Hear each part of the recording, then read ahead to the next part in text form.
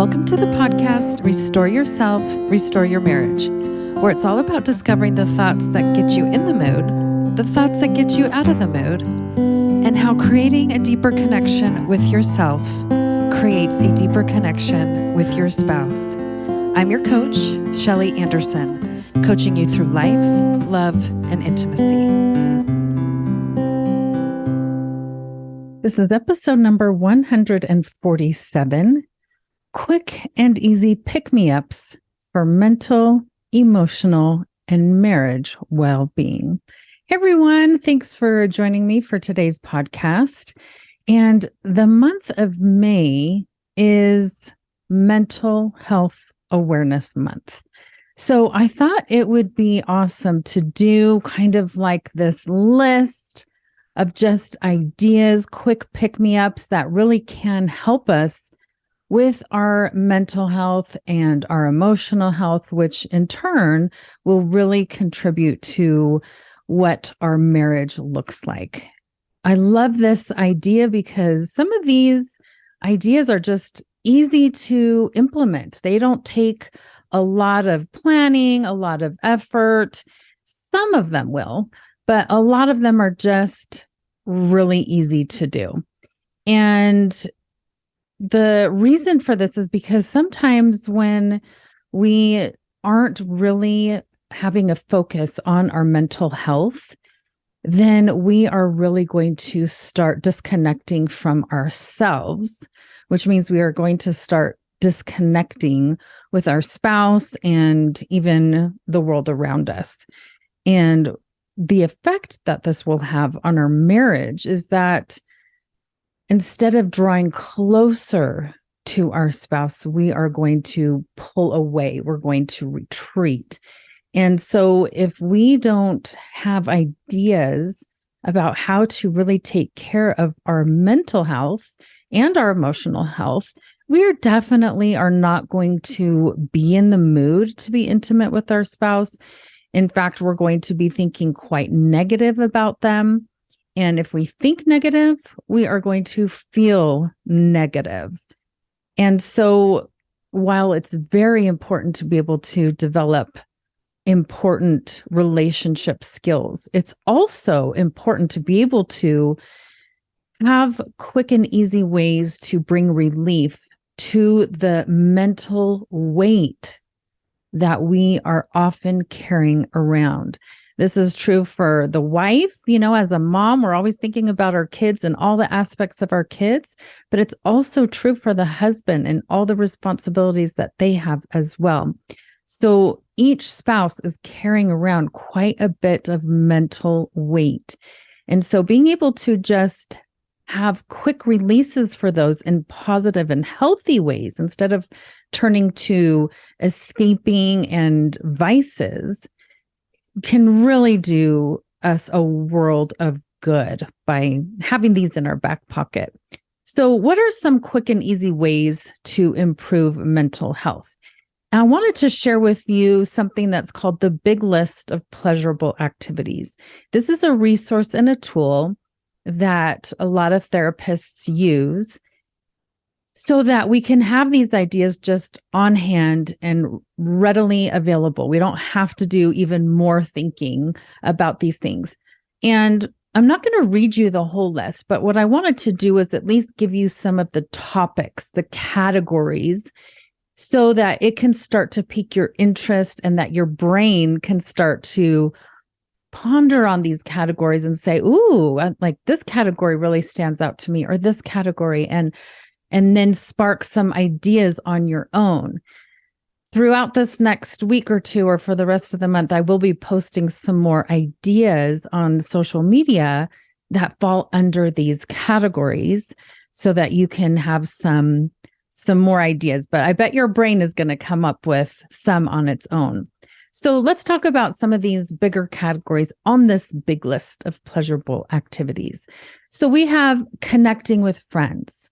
We have relaxation, connecting with nature, going on adventures, even mini adventures. We have the category of foods.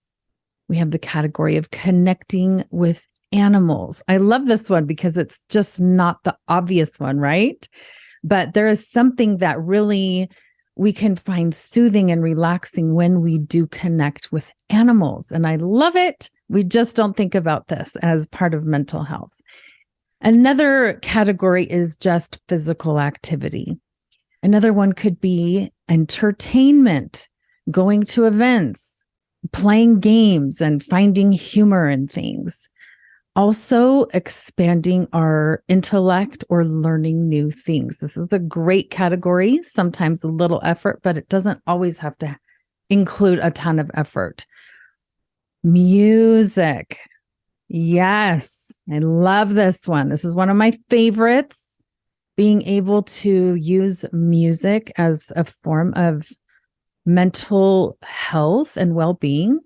I bet all of us right now could even just think of an album or two that we love to listen to just get us in a good mood, help us feel calm and peaceful.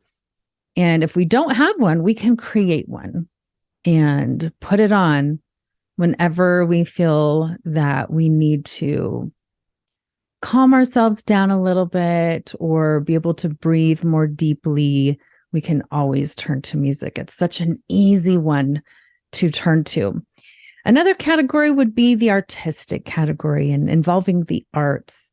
Another category would be to donate, right? We don't even think about this sometimes. It's like going through our house and just saying, I'm going to do a donation.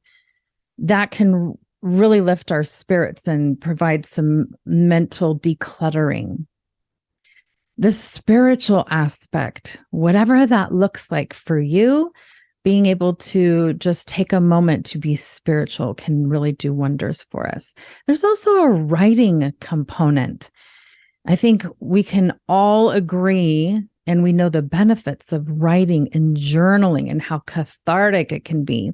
But we can also write in a lot of different ways that can really improve our mental well-being.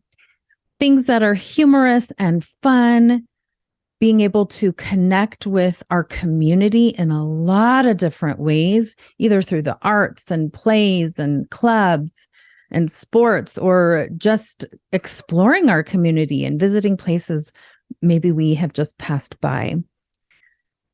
The category of dreaming. What a fun one, right? Being able to dream and think about things we want to do in the future and experiences we want to have. Our appearance, right? Even just taking 10 minutes to paint our nails. Nail polish can be $1 at the store, right? It doesn't have to be costly, but just doing something fun for our appearance can really do wonders. Serving others or just doing something to improve one thing that has been on our mind, right? I love to do the 5-minute fix. Sometimes I'll just say, okay, Shelly, you've got 5 minutes to just fix or improve something. What can it be? It's that one junk drawer or something. The category of being creative. Oh, this is a fabulous one because this is unlimited. We can be creative in so many different ways. We also have the category of romance and love. When we tune into love, we are going to feel better, right? This is not like, look at my list of to-dos. I want to inspire the emotion of love within myself because that's going to feel amazing. And so when we think about love and romance, when we are involved in those types of activities, that is going to really help us improve our mental well-being. And the final category has to do with skills. Now, this is probably, again, another one of my favorite categories. Probably does take a little bit of effort, but when we are able to improve our skills, then the rest of the aspects of our lives will receive the benefit. So this is a really beautiful thing.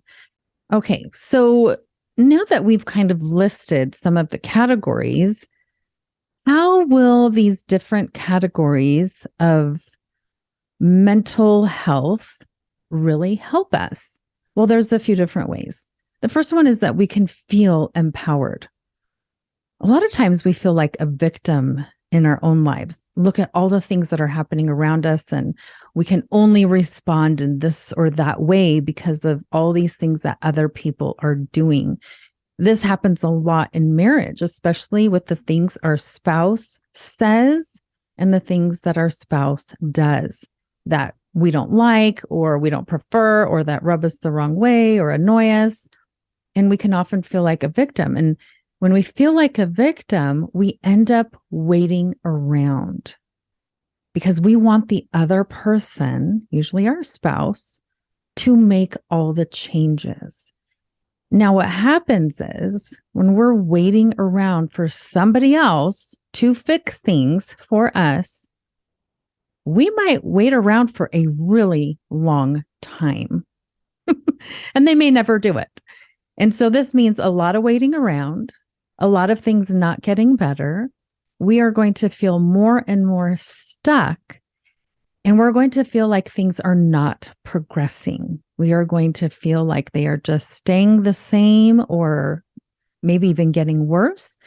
And we're going to feel like there's a lack of movement forward, a lack of progress. And when we feel these types of feelings, this contributes to feeling depressed. And so we want to make sure we're really addressing that topic and saying, well, one way to avoid feeling depressed is to not wait around for our spouse to fix everything and to improve everything and to do all the things. But when we have this list and these quick pick-me-up ideas, we don't have to wait around. Some of the ideas are so easy to implement and they're quick to activate and don't take somebody else to do it. We can do that. And that is going to feel amazing because when we do them, we are going to feel that relief and that enjoyment. And we're going to feel like, I do feel better. I do feel like something has improved. Even if it's just one little drop or one little percent, we are not going to be just waiting around in that same negative emotion of feeling stuck. So when we are able to do some of these activities, we are being very proactive, and we are doing this for our own mental health and well-being. This will not only be of benefit and service to us as an individual, but it will be of benefit to your spouse, even if you're not doing anything for them. And it will be of benefit to your marriage. So it really is going to have that positive and ripple out effect. And when you are doing things to help improve your own situation, you are going to show up to your conversations with your spouse differently, or you're going to show up for your children differently. And that's going to feel really amazing.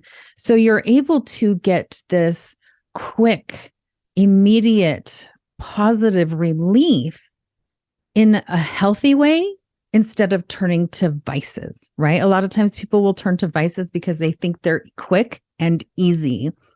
But we know that vices can have horrible, horrible effects and even long-lasting effects, especially if we fall into addiction. So being able to use these quick and easy pick-me-ups are fabulous so that we don't get stuck in vices, right? They can actually replace and take the place of vices. So the more of these that we can put into our lives, the better, so that we aren't turning to the negative vices.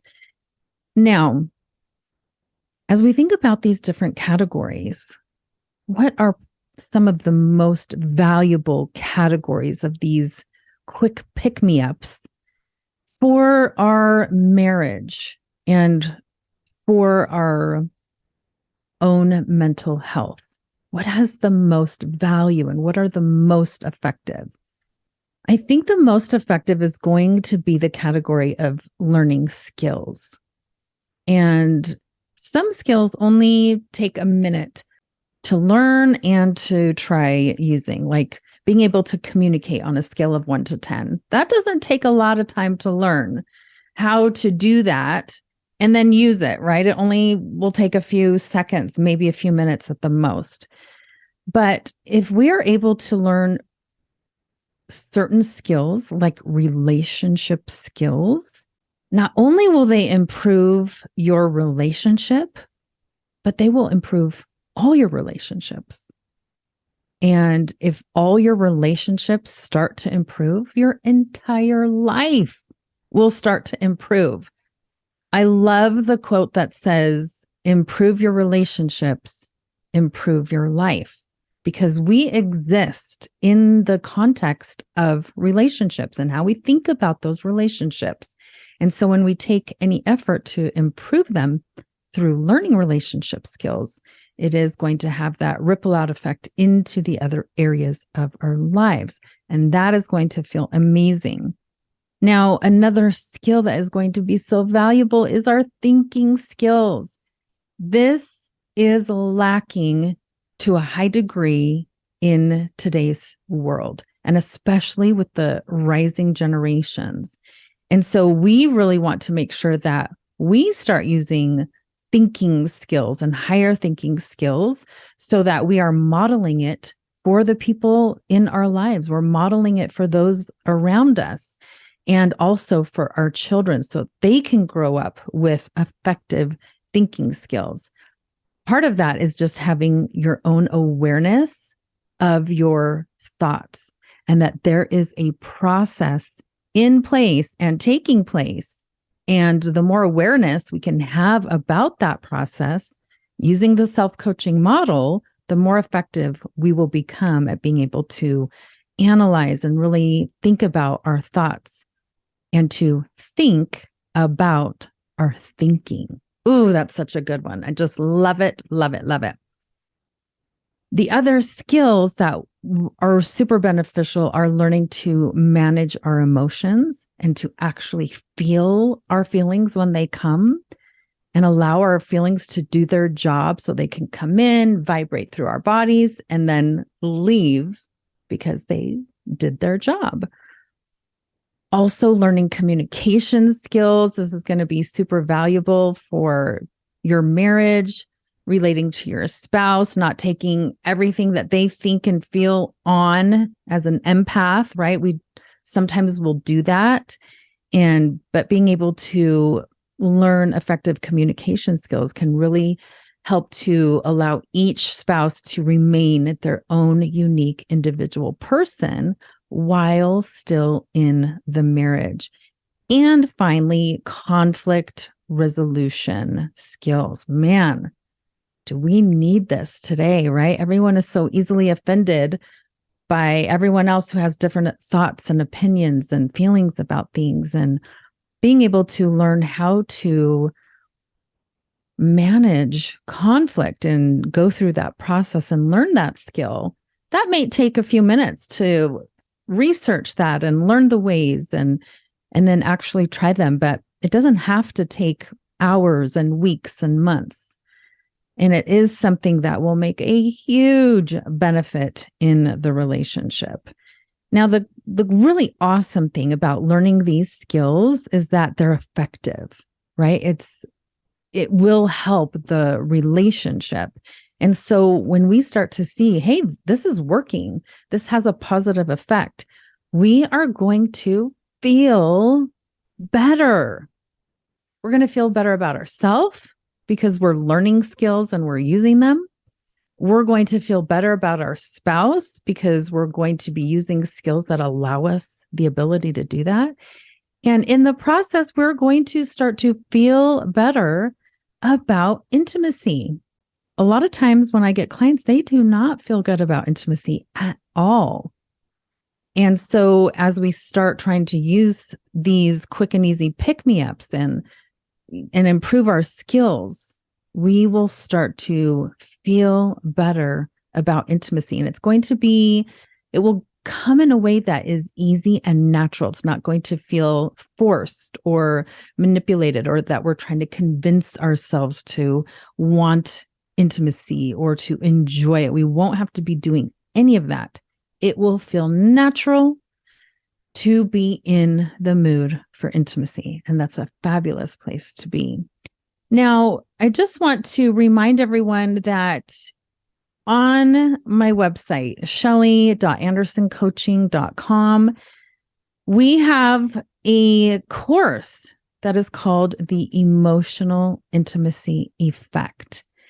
And it really covers all these things, but it does it with a little more depth and detail. It is the deep dive into our thoughts, into our emotions, into the way we're behaving and showing up, and how all of that is related to intimacy. And because intimacy can be such a hard topic, what happens inside of the bedroom, or what's not happening inside the bedroom, is a reflection of the things that are happening with us outside of the bedroom. And so being able to take this course is going to be so valuable to help you in all of these areas and to learn these skills. Now, this course is free if you become a member of our Make It Meaningful membership, which is only $39 a month. And you get that really in-depth course with 6 modules completely free.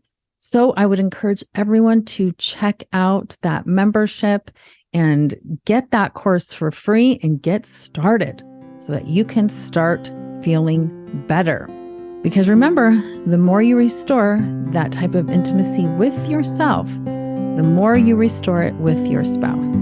Thank you so much for listening today, and I hope you will join me again next week.